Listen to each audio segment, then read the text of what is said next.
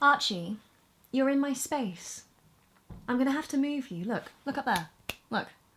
I'm vlogging. I'm going to be vlogging. Just move over, just a little bit. Look, there we go. Fantastic, thank you. Hello people of the world. I'm currently vlogging with an annoyed cat. It's so annoying sharing your bed with 5 cats. Today I thought I would do a vlog about a day I had with my mum at Blists Hill. Hope I've said that right. Blists Hill in 2016. Even at the time I couldn't say it. Blist Hill. I called it Blitzed Hill. Like the actual Blitz Hill. But no, Blists. To summarise what Blists Hill is, it's a fully functionable Victorian town. Here's me at the entrance. Ta-da! Look at the hair, look how short it is. It's not a town that has existed for hundreds of years. It's a town that's been put together on a specified site. Some of the buildings have been moved there from other places around the UK. I think there's one house that has literally been moved brick by brick from one location to Blists Hill. So technically everything is Victorian, but it is not a real Victorian town. Along with Kentwell Hall, it's one of those places which I loved as a kid. It's like you go back in time. So what you do is you go through the modern gift shop into an area that tells you a bit about the Victorian period, and then go through this corridor that then takes you into the Victorian town. It's like going back in time, going through a bit of a time tunnel.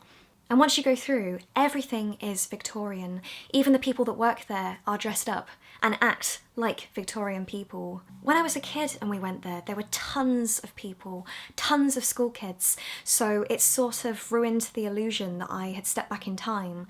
But when my mum and I went last year, it was a completely different atmosphere. Because there were so few people, it meant that there was nobody to ruin the illusion, basically, and my mum and I felt like we were on our own, walking around. There was barely anyone there.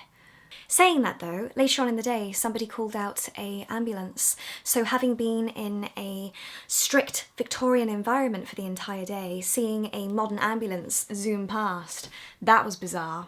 As for the day though, I did try vlogging on the go, but because it was so cold, I had limited memory, I don't feel my footage was coherent enough, so that's why I'm vlogging now. So now I'm going to go through some of the things I saw and I will insert clips. One thing I remember as a kid was the chemist. So this is the inside of the shop. As I was filming this, there was a bunch of school kids who were screaming in excitement about the shop, so that was quite funny. There was also a dentist section that was closed off this time round, but that was cool to see. There was also a bank on site where you could exchange modern money for old-fashioned money. Not real money, of course, it was crafted specifically for Blitz Hill. And I think you could use that currency around the events if you wanted to. Not quite sure. I know when we went to Kentwell Hall in the early 2000s you could do that, but it got a bit confusing because you weren't quite aware of how much you were spending because you were using currency you didn't recognise, like groats. And if you exchanged the coins, you were also allowed to keep them, which of course I did. I'm a coin collector. There was a post office. Now in the post office they had a Morse code machine, but I got to have a go at the Morse code, doing the SOS. There was also a modern post office museum, which was hidden in the upstairs of the old post office. You went through an old-fashioned door and suddenly you were in a modern environment, modern staircases. So all these shots that I'm showing you right now were in Blists Hill, but in a secret museum somewhere. And actually, although it may look quite boring, I found it fascinating. I know the basic history of the post office in this country, but I learnt so much just looking around, even things like the uniforms, what they used to wear and why. I do love history. I mean, my dad's a history teacher, of course I'm going to love history, but I love that part of Blists Hill. Then my mum and I went on a massive walk around. We came across a blacksmith. One thing I love about modern museums is seeing people pretending but working in environments and using talents which are not really recognised anymore or not as showcased. So for example, the tin person crafting things with his bare hands. Nowadays we just buy Tupperware from Tesco, whereas then that's what they used, that's all they had. And I do think some of these talents are a dying art. They're not as well known as they used to be, especially the printer. They had a Victorian printing press. Now that I loved. The gentleman in there that was showcasing the machines really knew his stuff. You also need to get the pressure right. If you get it too hard, it'll damage the book. If you get it too soft, it won't print. So right. That's our adjustment now. It's called a blanket. Put the cover on it, and now it's ready to press. There it goes underneath the printing press. That beam is the weight. Pull the lever, and half a ton goes down. Half a ton, gosh. Half a ton. Half the weight of the car has just stood on that book for a few seconds. Blimey. And there you are, and that book. It took a minute to do that. One film I adored as a kid was Hans Christian Andersen, the musical, and there's a section where he goes to the printing press and they show him his stories on paper printed for the first time. And I just remember seeing all the machines in the background and being excited. So yeah, to learn more about the machines right in front of me, it was awesome. Take it 600 an hour. That's one every 6 seconds. In order to print a piece of paper containing loads of text, they had to align every single letter, sometimes words, but every single letter in reverse, line it all up, squish it together, cover it with ink, and then put it under the press.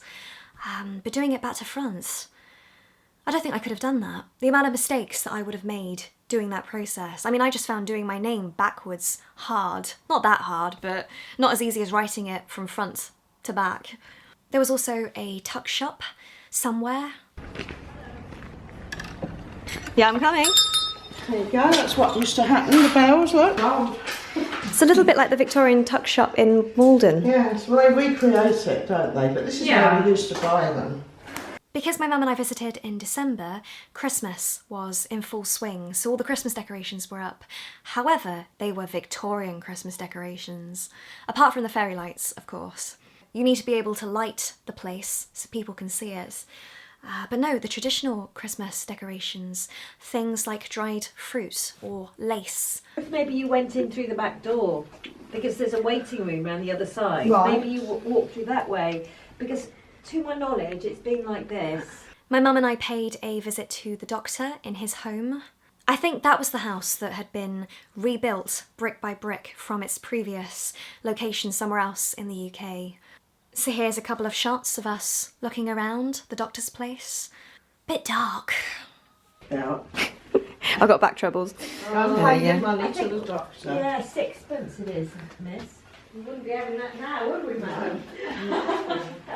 Because it was winter and minus degrees, lots of the summer things were closed down, like the fairground, the merry-go-round. So that section was quite bare, but the food hall was open. There was a modern restaurant, you would buy your food in the canteen, but then you would walk into the food hall and that was old-fashioned. When my mum and I were eating our food in that hall, we were the only ones, but on a normal basis there would probably be tons of people in that room. So they were playing Christmas carols in the background, old-fashioned songs like O Come All Ye Faithful, and that atmosphere was so bizarre.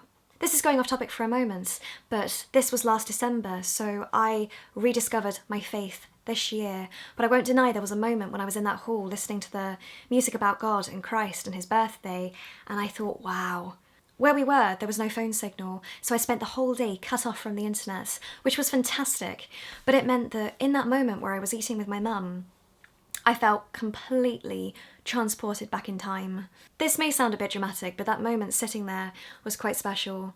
I think it was the traditional music, the building we were in, the environment being so cut off. So yeah, that was good. There was also a Victorian schoolhouse, which of course was closed because it was Christmas. But when we were kids, we used to go in there and have Victorian lessons, experience what it was like to be in a Victorian school, without the physical punishments, of course. There was a church. Again, we couldn't go in it, but I could see it from the outside. So everything so far that we had visited was in the town section of Blists Hill. Blists Hill is huge, so my mum and I decided to go on a walk in the wilderness, still within Blists Hill. And it was even weirder because there was no one around, so it did feel like we were completely on our own, walking around in the middle of nowhere, back in time. And then we got to the railway. Although the town itself had been recreated, Blists Hill as a site, if you go back to the 18th and 19th centuries, was an industrial site. According to Wikipedia, they had coal, iron mines, clay mines, and everything they did was transported along a canal to the top of a hill and then again transported down a track. I think it's a 207-foot drop. Incline, not drop. But this track that went down like this to the water and then of course off to other places around the country. And none of that is still working. The canal is slowly being dredged and the tracks are still there, but they don't function anymore. So you can walk along them. When my mum and I visited Blists Hill, both of us were in trouble. My mum has walking troubles and I have walking troubles with my knee and my back. But I said to myself, I have to walk this incline. As a kid, we weren't allowed to do it. So I said to myself, I'm gonna do it now. I'm gonna say I've done it. So I did it. And here's some clips of me doing that and talking. It's most bizarre walking this because I remember doing this as a kid. With other people, of course, but I feel like I'm retracing my childhood steps.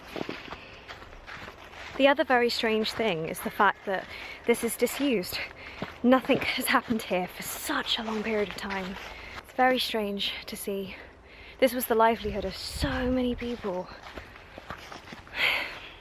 Anyway, I'm almost at the bottom, so I've got to climb back up there in a minute, all the way up there. Whew.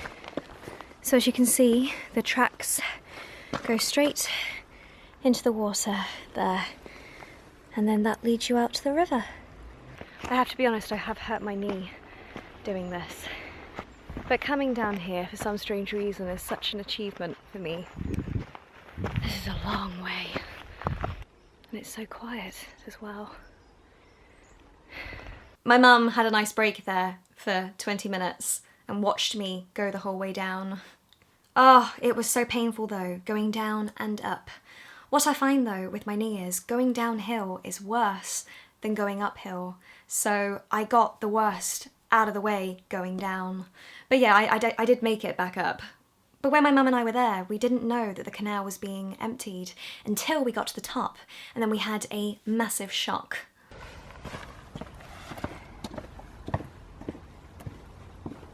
There's no river. No river. No river. They're clearing it.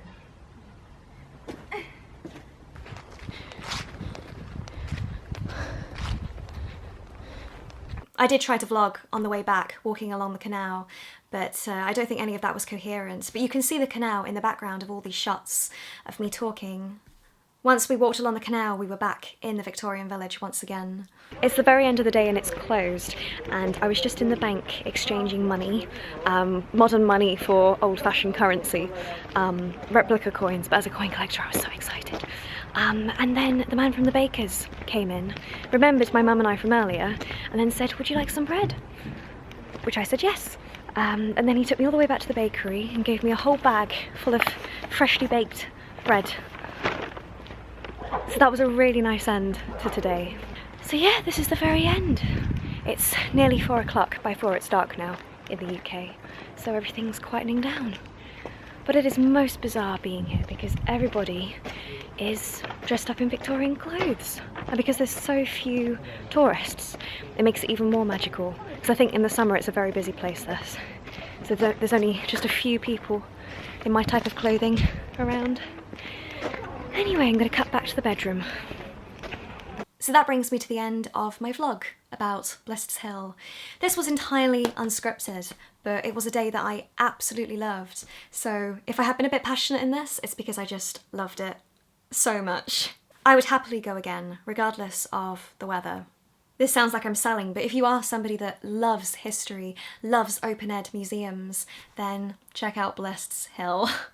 We thoroughly enjoyed ourselves at Blists Hill, so thank you to everyone that we spoke to that day. Because there was so few people there, it meant that we did talk to all the staff, so thank you.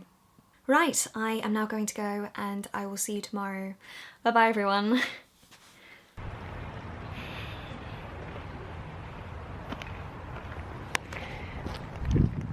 Woohoo! End card.